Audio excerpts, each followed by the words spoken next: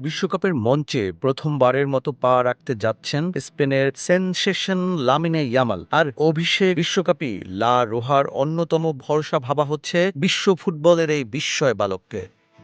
আসর শুরুর আগ মুহূর্তেই ভক্তদের এক মজার প্রতিশ্রুতি দিয়েছেন ইয়ামাল। বিশ্বকাপ জিততে পারলে ৩ সপ্তাহ দাড়ি গোঁফ না কাটার ঘোষণা দিয়েছেন তিনি। হ্যাঁ, ঠিকই শুনেছেন। নিজের ইউটিউব চ্যানেলে ইয়ামাল স্পষ্ট জানিয়েছেন লা রোহার বিশ্ব চ্যাম্পিয়ন হলে টানা ৩ সপ্তাহ দাড়ি গোঁফ না কেটে থাকবেন তিনি। তবে চমক কিন্তু দাড়ি গোঁফই শেষ নয়। বিশ্বকাপ জয়ের উদযাপনের অংশ হিসাবে ভক্তদের ১০০টি ব্র্যান্ডের বিটস হেডফোন উপহারও দেওয়ার ঘোষণা দিয়েছেন বার্সেলোনার এই তারকা উইঙ্গার। বয়স কম হলেও ইয়ামাল কিন্তু এর মধ্যেই মানসিকভাবে বেশ পরিপক্ব। ২০২৪ সালের ইউরো জয়ের অভিজ্ঞতা শেয়ার করে তিনি বলেন, প্রথম ম্যাচের নার্ভাসনেস কিভাবে কাটাতে হয় তা তিনি জানেন। একটি ম্যাচ খারাপ গেলেও ধৈর্য ধরে পুরো টুর্নামেন্ট উপভোগ করার শিক্ষাই তাকে তাতিয়ে রেখেছে।